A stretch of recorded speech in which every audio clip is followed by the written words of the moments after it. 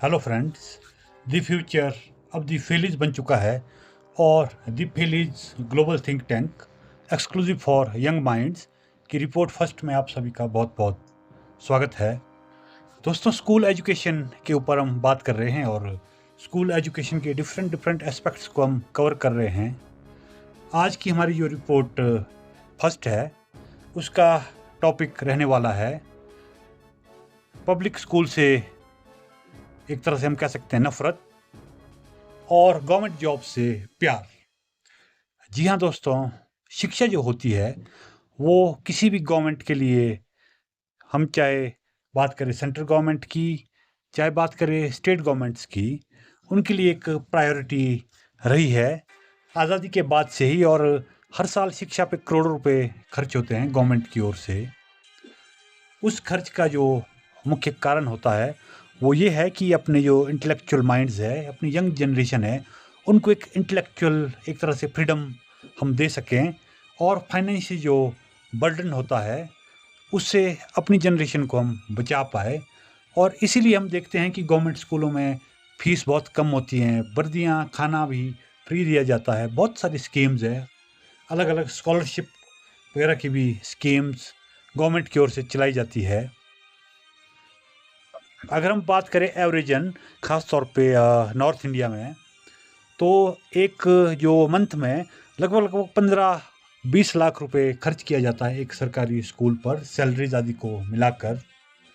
लेकिन अचंभे की बात यह है कि इतने सारे जो सुविधाएं हैं, इतने खर्च के बावजूद भी जो गवर्नमेंट स्कूल्स है उनकी जो स्थिति है लगातार दयनीय होती जा रही है। हमारे जो गवर्नमेंट स्कूल है वो एक तरह से डिग्रेडेशन की ओर जा रहे हैं। ख़ास तौर पे हम नॉर्थ इंडिया की जो हम बात करते हैं, हालांकि जो दिल्ली जो गवर्नमेंट है उसने कुछ ज़रूर अच्छे प्रयास किए हैं, लेकिन बाकी जगह आप देखेंगे तो स्थिति काफ़ी दयनीय बनी हुई है। और गवर्नमेंट स्कूल एक तरह से हम कह सकते हैं, लोग जो है प्राइवेट स्कूल को ज़्यादा प्रेफर कर रहे हैं। वहाँ पर फीसें बहुत सारी, जो हम कह सकते हैं चीज़ें और भी ज़्यादा है और गवर्नमेंट स्कूल से अगर हम उस चीज़ को कंपेयर करते हैं तो ये हम देखेंगे। लेकिन एक बात और निकल कर आ रही है अब कि सरकारी नौकरियों का जो लगातार ट्रेंड बढ़ता जा रहा है, जो क्रेज़ एक तरह से युवाओं के बीच है, ख़ास तौर पे नॉर्थ इंडिया की जितनी स्टेट्स है, हिमाचल प्रदेश हम कहें, उत्तराखंड हम कहें, गवर्नमेंट जॉब का जो क्रेज़ है वो बहुत ही हाई है। हम देखते हैं 30-30 साल के बाद भी जो युवा काफ़ी सारा अपना जो समय है वो गवर्नमेंट जॉब के ऊपर जो है ये उसकी हम कह सकते हैं तैयारियों में जो देते हैं। तो क्या ये एक पैराडॉक्सिकल सिचुएशन नहीं है? हम जॉब तो गवर्नमेंट की चाहते हैं, लेकिन सरकारी स्कूलों से हमें एक तरह से कह सकते हैं नफ़रत है। जी हाँ, मैं इसलिए नफ़रत कह रहा हूँ क्योंकि अगर हमें सरकारी स्कूलों से नफ़रत ना होती तो शायद सरकारी स्कूलों की इतनी बुरी स्थिति ना होती। तो दोस्तों, बहुत सारे एकेडमिशियन, इंटेलेक्चुअल और एक्सपीरियंस्ड पर्सन से बात करने के बाद 3 जो मुख्य कारण निकल कर सामने आते हैं वो मैं आपके सामने सिलसिलेवार तरीके से रख रहा हूँ। सबसे पहला जो कारण फाइंड आउट किया गया है एक्सपीरियंस्ड पर्सन्स के द्वारा वो है parents indifference towards public schools. जी हाँ दोस्तों, parents indifference toward public schools का मतलब है कि जो माँ बाप है सरकारी स्कूलों के प्रति उनकी एक तरह से उदासीनता हम कह सकते हैं। एक्सपर्ट्स बताते हैं कि जो बच्चों के माँ बाप है प्राइवेट स्कूल की तरफ उनका जितना ध्यान रहता है वो एक तरह से पूरा वॉच रखते हैं बच्चे की एक्टिविटीज़ पर। बच्चा सुबह आ रहा है, जा रहा है, उसका ड्रेस कोड, बुक्स, उसकी साफ़ सफाई, बहुत सारी चीज़ों की, छोटी छोटी चीज़ों का ध्यान रखा जाता है प्राइवेट स्कूल की तरफ, जो कि बच्चे प्राइवेट स्कूल में एजुकेशन ले रहे हैं। लेकिन जब हम बात करते हैं सरकारी स्कूलों की, तो सरकारी स्कूलों के प्रति जो पेरेंट्स है जिनका कि बहुत बड़ा रोल है एजुकेशन में, उनका रवैया बहुत ही उदासीन रहता है। ख़ास तौर पे नॉर्थ इंडिया की स्टेट्स की हम बात कर रहे हैं, वो चाहे पेरेंट्स टीचर मीटिंग्स हो या दूसरी असाइनमेंट्स हो, एक तरह से पेरेंट्स चाहते हैं कि टीचर ही उसका संज्ञान ले और टीचर उसे अपने लेवल पर ही निपटाएं, हमारा क्या ही रोल है। तो ये चीज़ एज अ सोसाइटी हमें किल कर रही है, क्योंकि गवर्नमेंट ने अगर आपको इतनी इंटेलेक्चुअल फ्रीडम दी है तो आप उसका सम्मान करें और ये देखें कि गवर्नमेंट इतना खर्च कर रही है, एक तरह सब्सिडाइज्ड एजुकेशन दी हुई है गवर्नमेंट ने। तो अगर हम उस चीज़ का सम्मान नहीं करेंगे तो शायद हमें उतना इंटेलेक्चुअल फ्रीडम कहीं नहीं मिल सकता।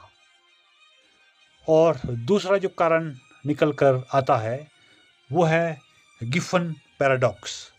जी हाँ दोस्तों, जो इकोनॉमिक्स को समझते हैं उन्हें पता है कि गिफन पैराडॉक्स क्या है।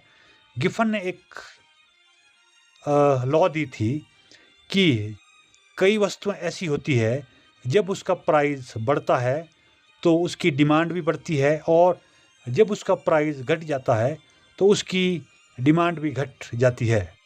यानी लॉ ऑफ डिमांड का जो उल्टा जो एक क्रम हमें देखने को मिलता है वो गिफन पैराडॉक्स कहलाता है।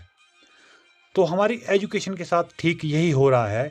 शायद हमने एजुकेशन को गिफन गुड समझ दिया है, या हम कहें जो एक कमतर वस्तु या जिसका शायद वैल्यू कम है सोसाइटी में। तो ये हमारी एक तरह से मानसिकता को दिखाता है और ये बहुत ही एक गंभीर डीप रूटेड कॉज है। और बहुत सारे एक्सपर्ट्स बताते हैं कि हम इस निष्कर्ष पर पहुंचते हैं जब हम बात करते हैं, पेरेंट्स से डील करते हैं एज ए सोसाइटी में। तो हमें ये लगता है कि जो पेरेंट्स है वो एजुकेशन को एक इन्फीरियर गुड समझते हैं, ख़ास तौर पे सरकारी एजुकेशन को। उन्हें लगता है कि अगर हम पैसा कम खर्च करेंगे तो शायद एजुकेशन उतनी अच्छी नहीं हमें मिल सकती। जहाँ पर पैसा हमें ज़्यादा खर्च करना होता है तो शायद हमें एजुकेशन भी वहाँ अच्छी मिलेगी। तो ये एक बहुत ही कह सकते हैं गंभीर एक कारण है, और इसको चेंज करने के लिए हमें साइकोलॉजी के लेवल तक जाना होगा। तीसरा जो मुख्य रूप से कारण निकल कर आता है वो है कैपिटलिज्म और शिक्षा का व्यवसायीकरण। जी हाँ दोस्तों, जब हमारे पास बहुत सारे ऑप्शन हम देखते हैं समाज में अवेलेबल है, जो डिफरेंट तौर तरीके अपनाते हैं अपने जो पेरेंट्स को लुभाने के लिए, कई करोड़ों रुपया इंफ्रास्ट्रक्चर पर खर्च करते हैं लेकिन शायद वहाँ पे क्वालिटी ऑफ एजुकेशन उतना नहीं होता, और बहुत सारे डिफरेंट बड़े बड़े दावे किए जाते हैं प्राइवेट इंस्टीट्यूशंस की तरफ से या कोचिंग इंस्टीट्यूशन की तरफ से पेरेंट्स को लुभाने के लिए। जबकि गवर्नमेंट, हमें पता है कि पहले ही करोड़ों रुपए अपनी फीस की जो कमी है या आपके लिए जितना इंफ्रास्ट्रक्चर गवर्नमेंट ने बनाया है उसको मेंटेन रखने के लिए जब करोड़ों रुपया गवर्नमेंट खर्च कर रही है तो शायद वो एडवर्टाइजमेंट उतनी अच्छी नहीं कर पाती, जो कि कैपिटलिज्म का एक कह सकते हैं फीचर होता है एडवर्टाइज करना। क्योंकि कंपटीशन जब होगा तो वहाँ ऑब्वियस सी बात है वहाँ एडवर्टाइजमेंट पर पैसा खर्च होगा ही। तो ये तीसरा जो मुख्य रूप से कारण निकल कर आता है जो कि एक्सपर्ट्स ने फाइंड आउट किया है।